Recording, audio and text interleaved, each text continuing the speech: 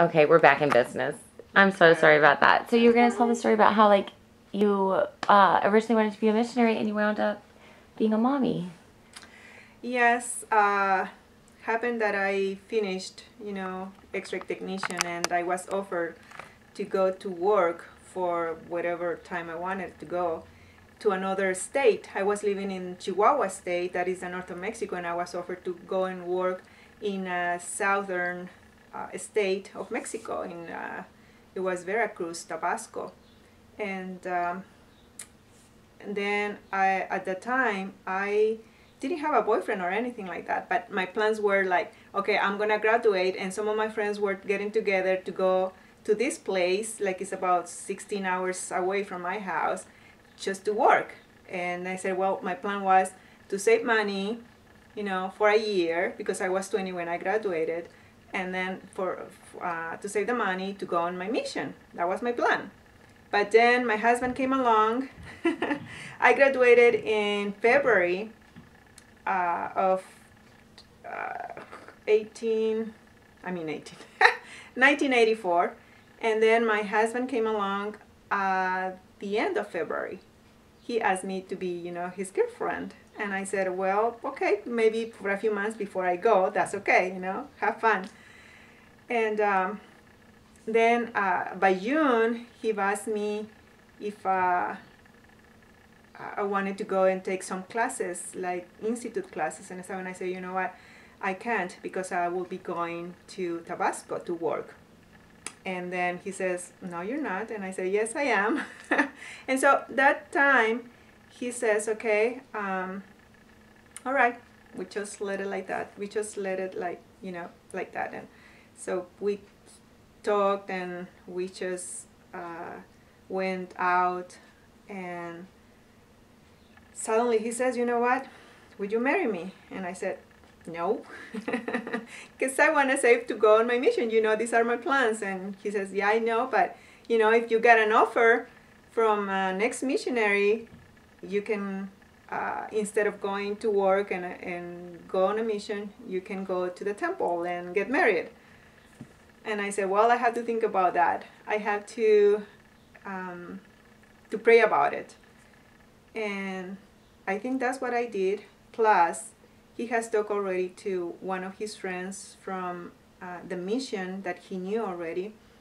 And the president mission talked to me and says, you know what, Sister Sucher, Sister Aceves,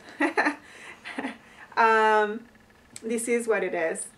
If you really want to go on a mission, that's okay. You have to pray and fast about it. But you have an offer from a man, who is worthy to take you to the temple. So think about it, and I'll really ask you to go and pray about it and see what the Lord decides for you. And so what I did, and I was, battling, and I said, well, that's true. Probably that's the right thing to do.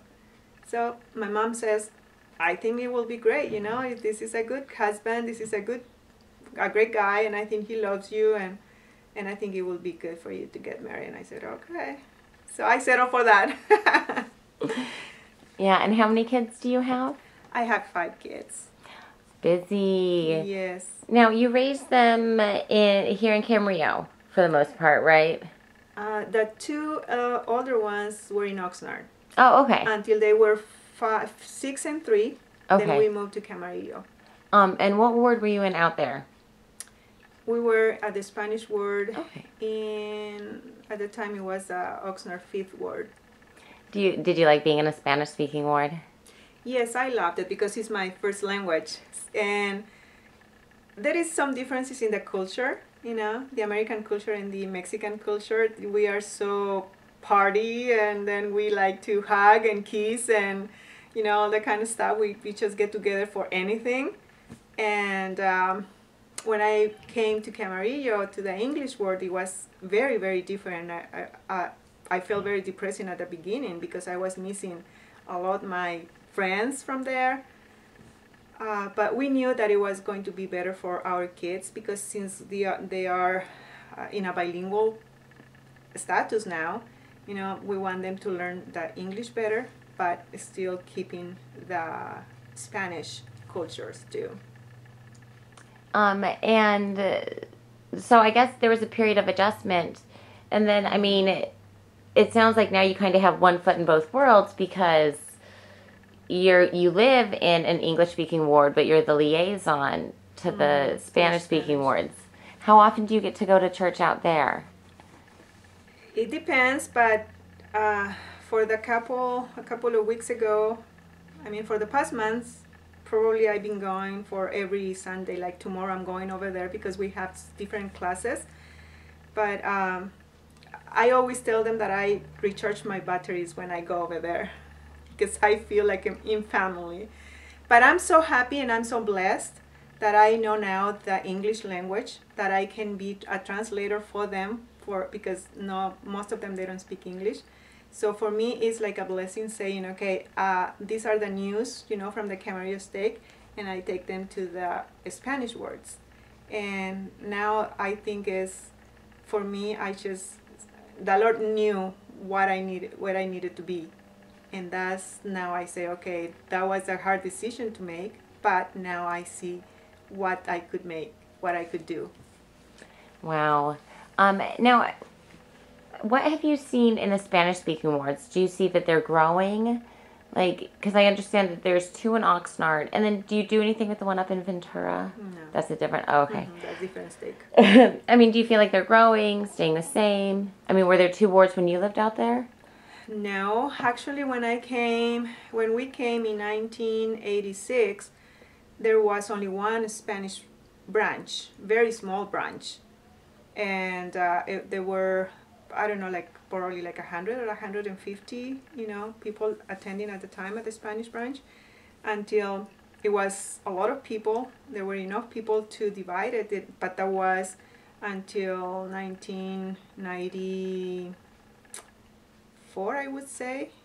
Exactly, I don't remember, but I would say it would be like so years, like yeah, years, like more than 10 years. Yeah. And so it took time for the church to grow in the Spanish-speaking people. But now they are 2 wards, and each ward have like probably 200 to 250 people each, active.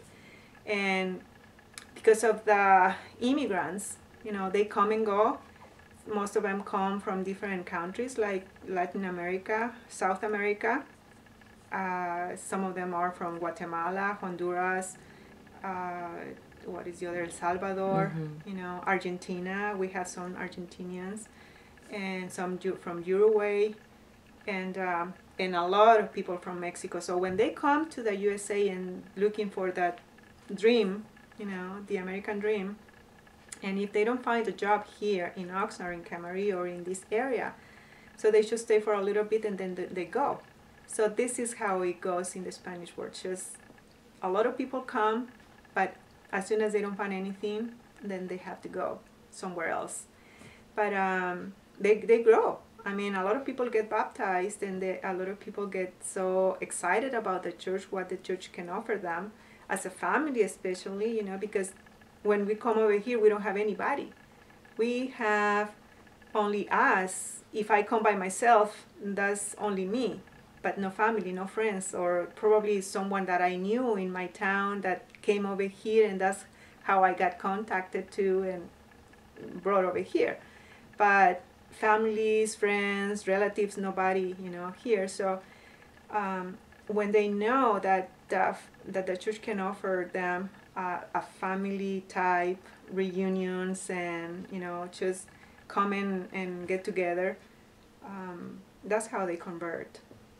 Yeah. Awesome. Okay, well, I think those are all my questions. Is there anything that you would like to add, or that I didn't ask about? I'm just want to say that I'm so happy to be a Mormon.